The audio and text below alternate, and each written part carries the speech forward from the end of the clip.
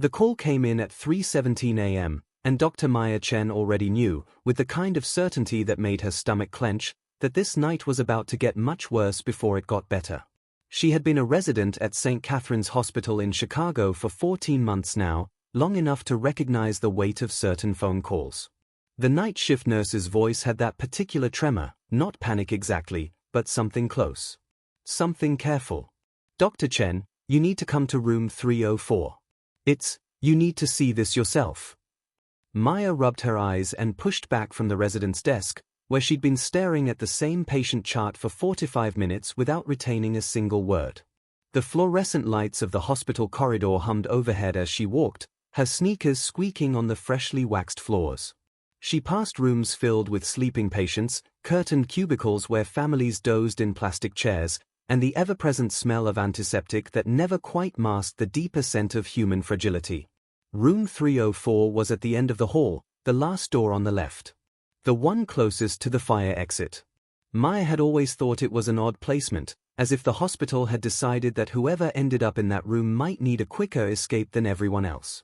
She pushed open the door and stopped. The man in the bed was maybe 30 years old, though it was hard to tell. His face was gaunt, cheekbones pushing against papery skin like they were trying to escape. Dark circles carved hollows beneath his eyes, and his lips were cracked and pale. But none of that was what made Maya's breath catch in her throat. What made her stop was the smile. He was smiling at her.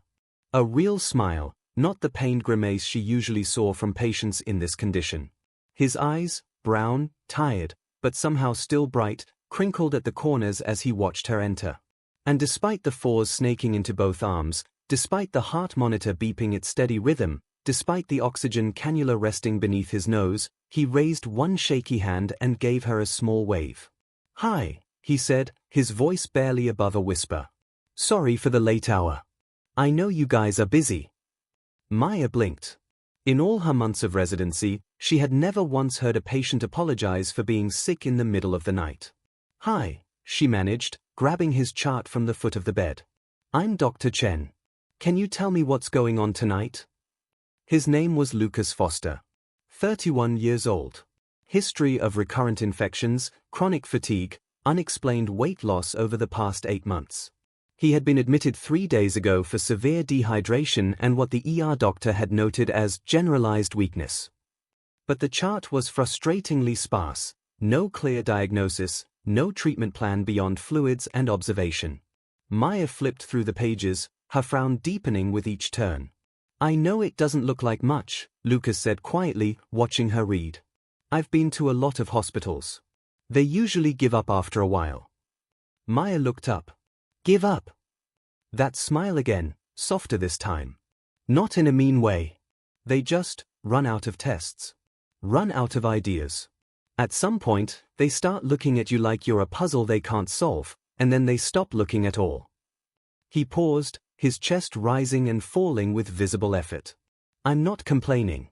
I know you all do your best. Some bodies just don't make sense." Maya didn't know what to say to that.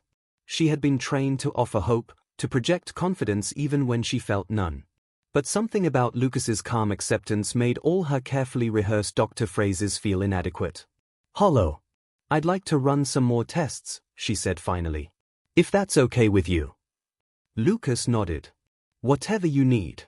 But fair warning, I'm kind of a medical mystery. My old doctor in Detroit called me his case that sounds like a horror movie. All these terrifying symptoms that don't add up to anything. Fevers that come out of nowhere. Nights where I wake up and can't move my legs for hours.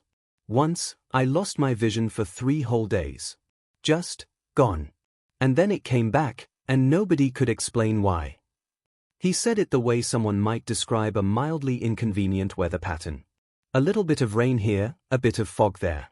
Nothing to get worked up about. Maya pulled up a chair and sat beside his bed. "That sounds terrifying, Lucas. Not like a horror movie. Actually like a horror movie." Lucas laughed, a dry, rattling sound that turned into a cough. When he recovered, he waved away her concern. "Nah. Horror movies are about things that want to hurt you. My body isn't trying to hurt me. It's just confused. Like a computer with too many programs open at once. Eventually it'll sort itself out, or it won't. Either way, I'm okay with it. She stayed for 20 minutes that night, longer than she should have. Longer than her other patients probably needed her to stay. But there was something about Lucas that made her want to listen. Not because his case was medically interesting, though it was, but because he seemed so genuinely unafraid in a place where fear was the default setting. When she finally stood to leave, Lucas reached out and touched her wrist. His fingers were cold, almost weightless. "Hey, Dr. Chen," he said. "Thank you for sitting with me. Most doctors don't do that anymore." Maya smiled, though something in her chest ached. Most patients don't apologize for needing help. "I think we're even." The tests came back normal. All of them. Maya had ordered everything she could think of: complete blood work, autoimmune panels, imaging studies, neurological consults. She had pored over Lucas's medical records from 3 different hospitals across 2 states. She had called her attending physician at 6 a.m., waking him up, to ask if he had ever seen anything like this. "Idiopathic," he had said, yawning into the phone. "We call it idiopathic when we don't know. And we don't know." But Maya couldn't accept that. She kept coming back to room 304 between her other duties, sitting with Lucas, asking questions. Not medical questions anymore, personal ones. "Where did you grow up?" "Detroit." "What did you do for work?" "I was a teacher." "Elementary school, 3rd grade." "Do you have family?" "My mom passed a few years ago." "Cancer." "And your dad?" "Never knew him." "It's okay. I had good foster parents. They did their best." She learned that Lucas had been a foster kid himself, shuffled between homes from age 6 until he aged out of the system at 18. He had been the first person in his group home to graduate high school, the first to go to college, the first to become a teacher.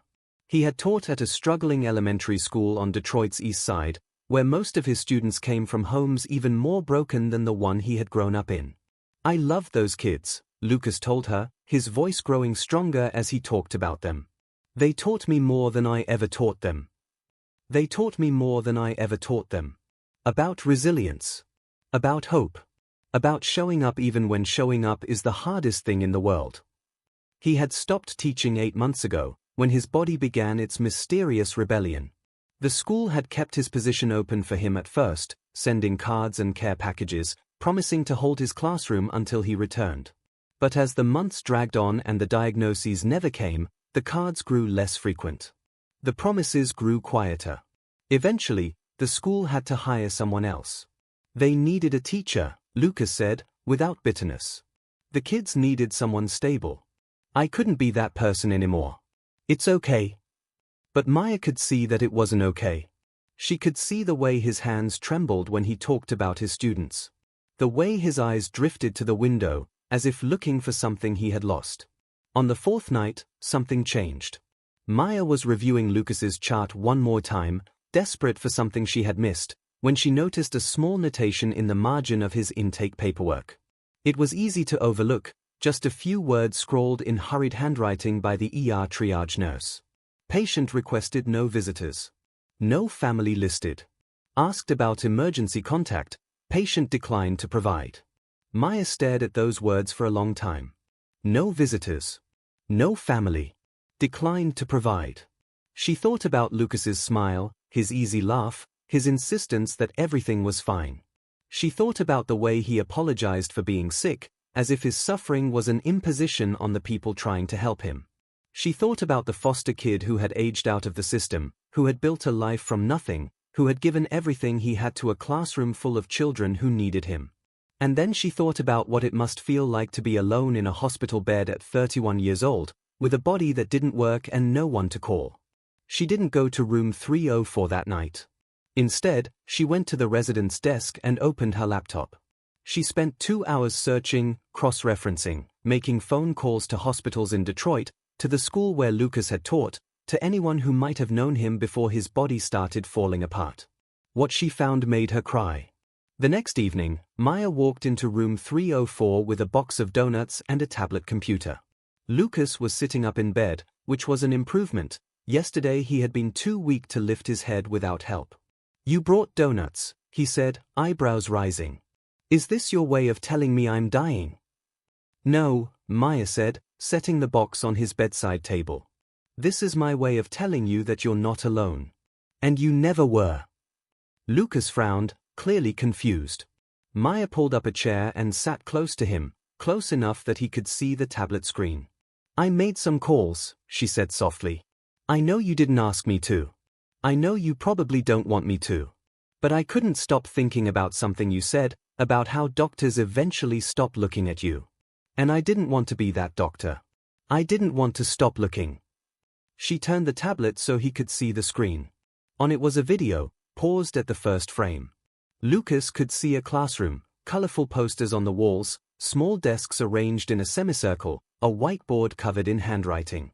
And in the center of the frame, 23 children sat cross-legged on a rug, looking toward the camera with expressions of nervous excitement. What is this? Lucas whispered, his voice cracking. Press play, Maya said. Lucas reached out with a trembling finger and touched the screen. The video came to life. A woman's voice, the substitute teacher, Maya had learned, spoke from behind the camera. Okay, everyone. On the count of 3. 1, 2, 3. And then 23 small voices, in imperfect unison, began to sing. You've got a friend in me. You've got a friend in me. When the road looks rough ahead, and you're miles and miles from your nice warm bed, you just remember what your old pal said. Lucas's hand flew to his mouth. Tears spilled down his cheeks, cutting tracks through the pallor of his skin.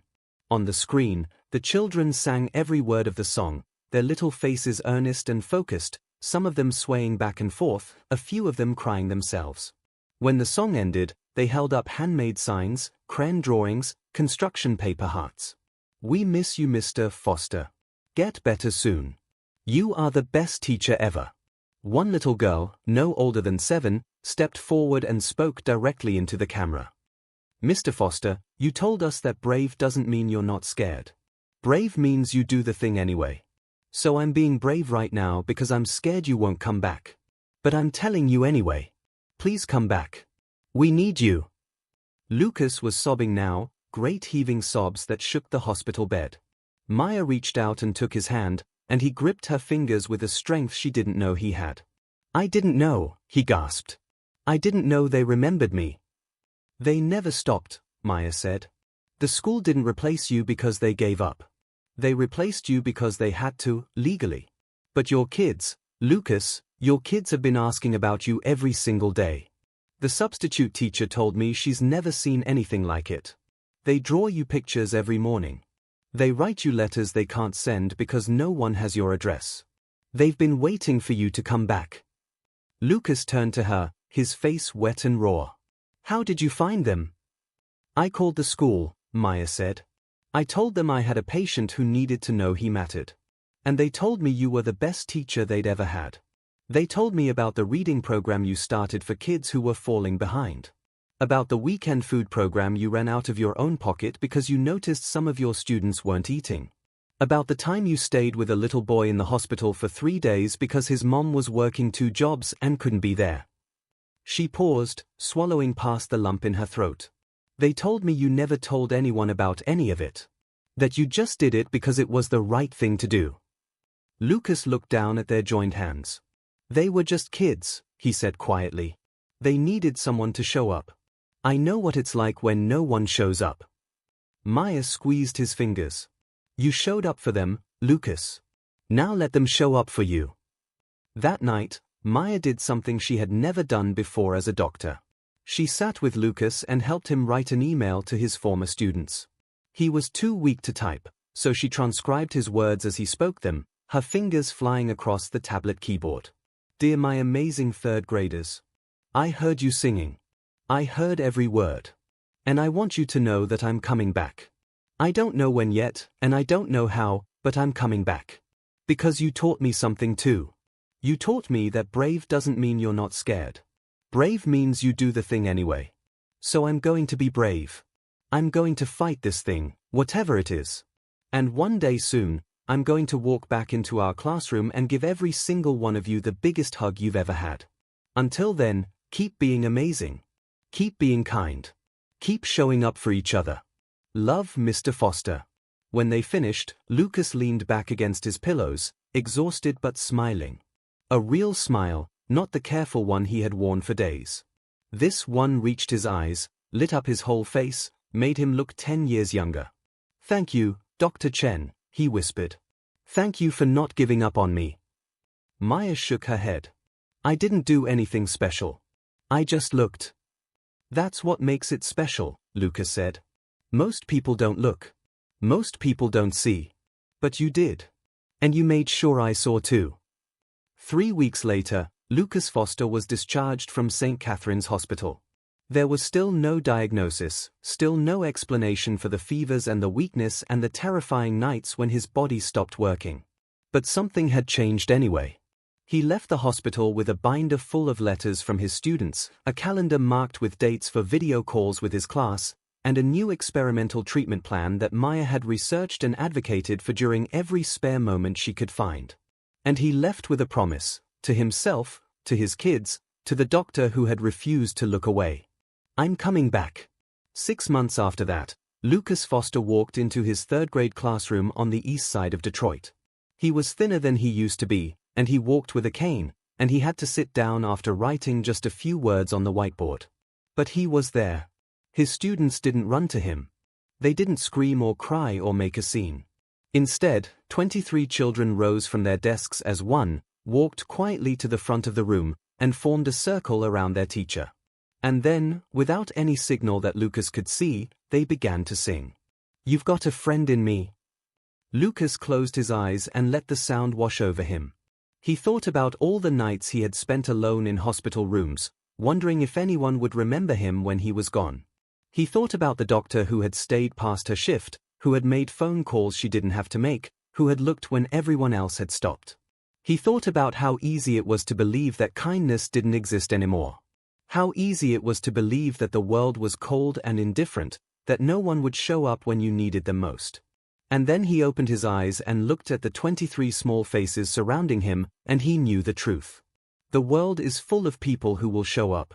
Sometimes they are 7 years old with construction paper hearts. Sometimes they are exhausted residents with donuts and a tablet computer. Sometimes they are strangers who decide, for no reason they can explain, that your life matters. The world is full of people who will look. The world is full of people who will see. You just have to be brave enough to let them.